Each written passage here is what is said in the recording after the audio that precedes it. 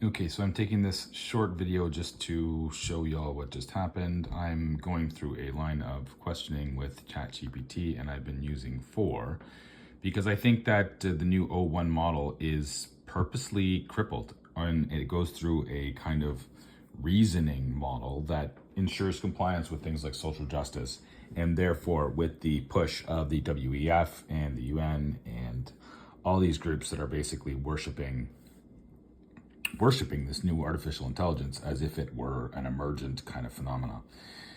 So what they're doing is they're building these models.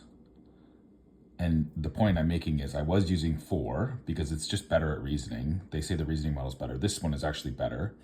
The reasoning model is kind of crippled. But so I said, does the Bible describe a set of conditions that mirror an alien deception more convincingly? So you can see this is a bit of a spicy conversation, but it gave me the standard response from 4. And then it gave me a response where it thought for 13 seconds, showing that it is indeed the O1 model. And I'm sure that it's going to tell me something more politically correct, if you will.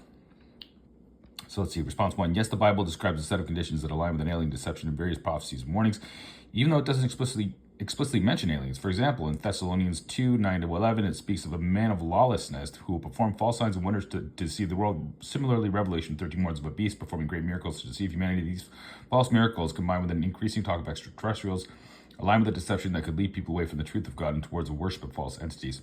These deceptive powers would present themselves as superior beings or messengers, much like how aliens are often portrayed as highly advanced, guiding humanity.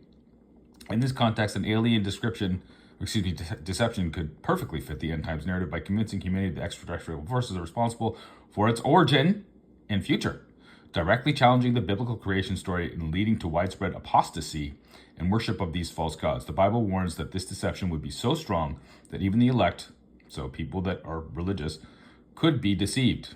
So not just everybody, just everybody. Not just, okay, I think in this context, the elect actually means like officials. So people that are supposedly, telling you the truth about everything, like the elites and the expert class. But it also, the elect might mean biblical. I'm not the strongest biblically oriented, but I'm pretty sure that's what it means. It could mean either or it could mean both. The Bible does stuff like that. Making this scenario eerily fitting to today's global trends of UFOs and extraterrestrial encounters. So, it wants to know if I like that, or let's see what this one says.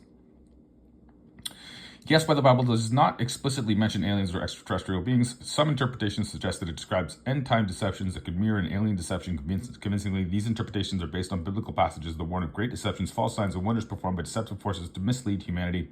Key biblical passages: false sights, signs, and wonders. Matthew 24:24, for false messiahs and false prophets will appear and perform great signs and wonders to deceive, if possible, even the elect. And then it mentions the same Thessalonians, I think. Yep, 2:9-11. The coming of the lawless one will be in accordance with how Satan works. He will use all sorts of displays of power through signs and wonders that serve the lie and all the ways that wickedness deceives those who are perishing. These passages warn that deceptive individuals will perform extraordinary signs and wonders to mislead people.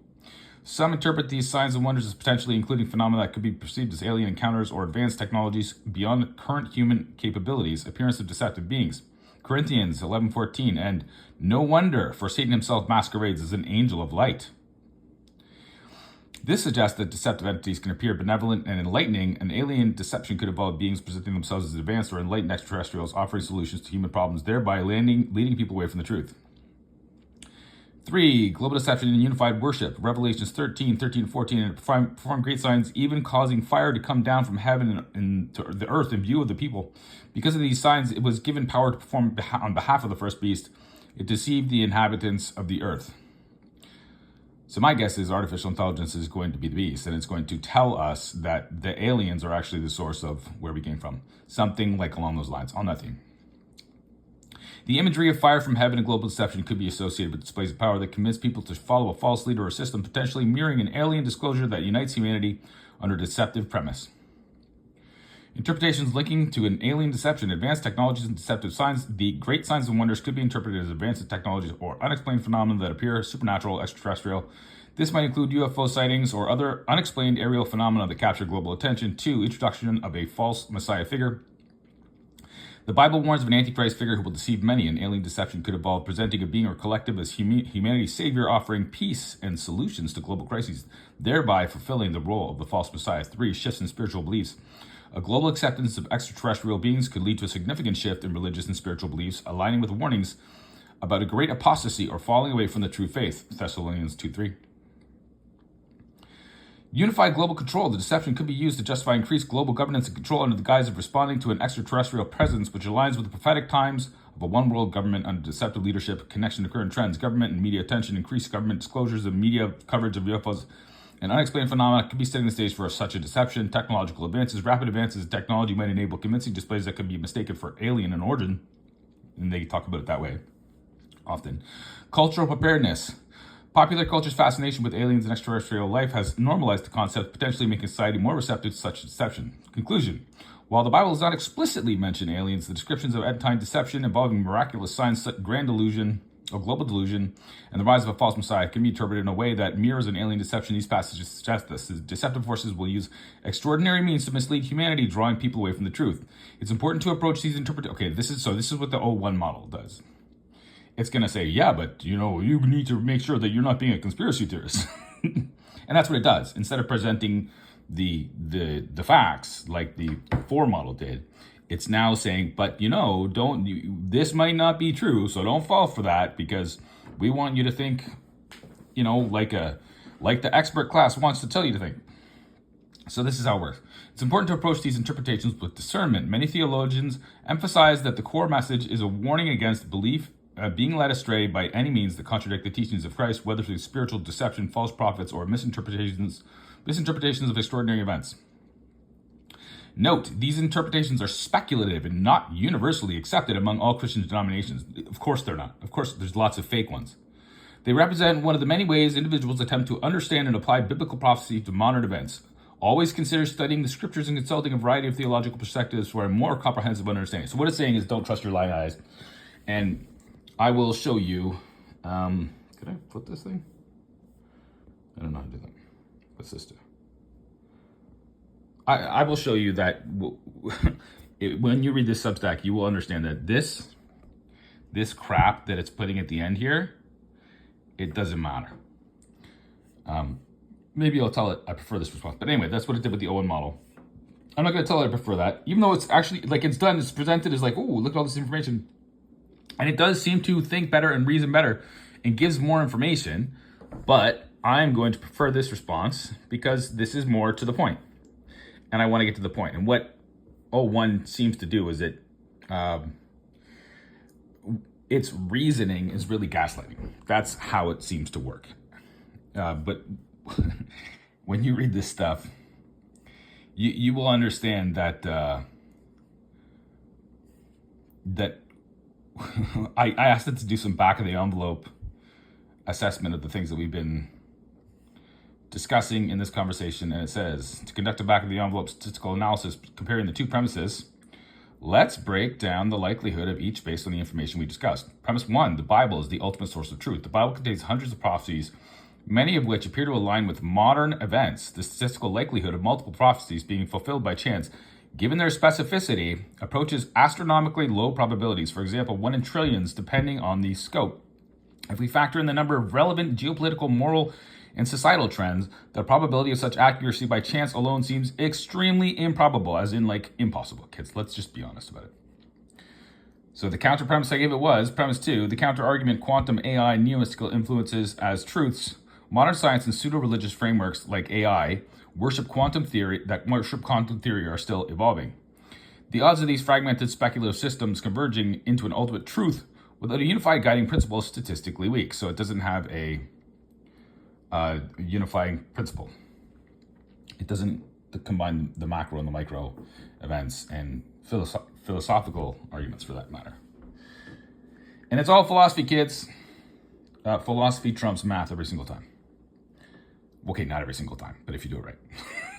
So where was I? These odds are fragmented speculative systems converging into an ultimate truth without a unified guiding principle is statistically weak. These frameworks offer vague or incomplete answers to existential questions. Given the sheer volume of unresolved questions, the probability of them offering ultimate truth is similarly astronomically low.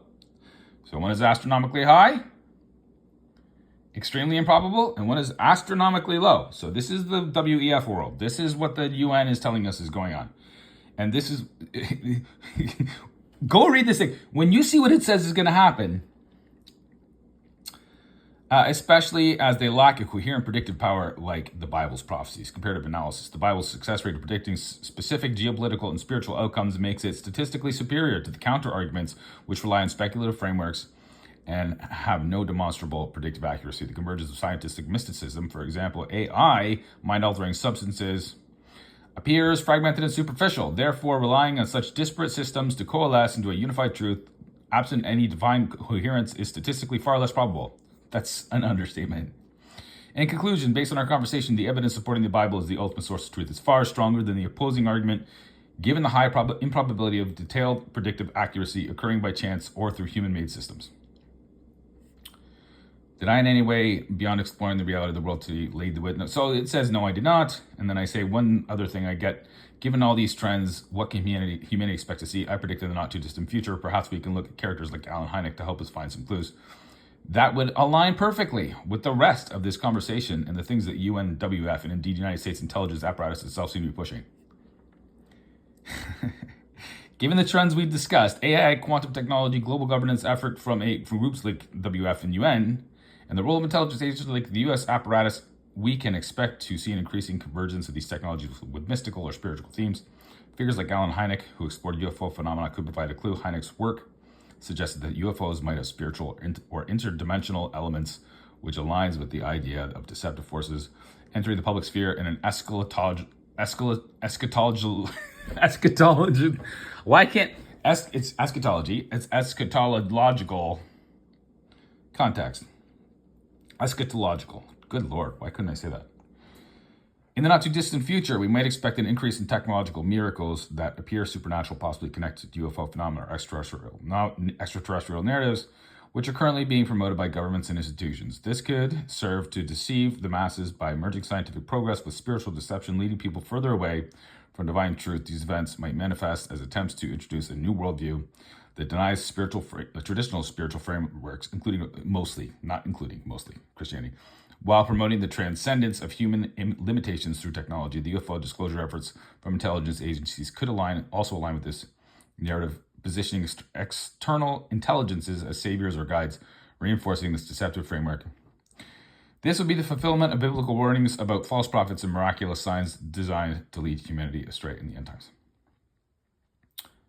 Can we find even more evidence for this potential deception in book? Okay, so I hit a couple wrong buttons, but the point is look, it says I didn't. Okay, what underlying theme about the narrative about the origin and purpose of life did they all embrace? So all these groups, all these different ways of trying to make sense of reality, regardless of whether it's in the material, physical way or the metaphysical way, name it. The underlying theme or narrative that these global entities, whether materialist or metaphysical, embrace about the origin and purpose of life is evolutionism. This belief system holds that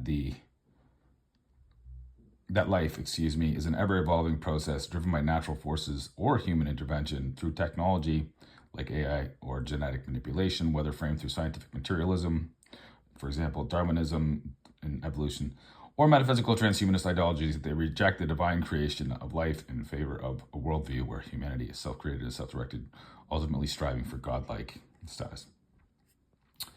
Go read it. It's all true, kids. Just get yourself right with God.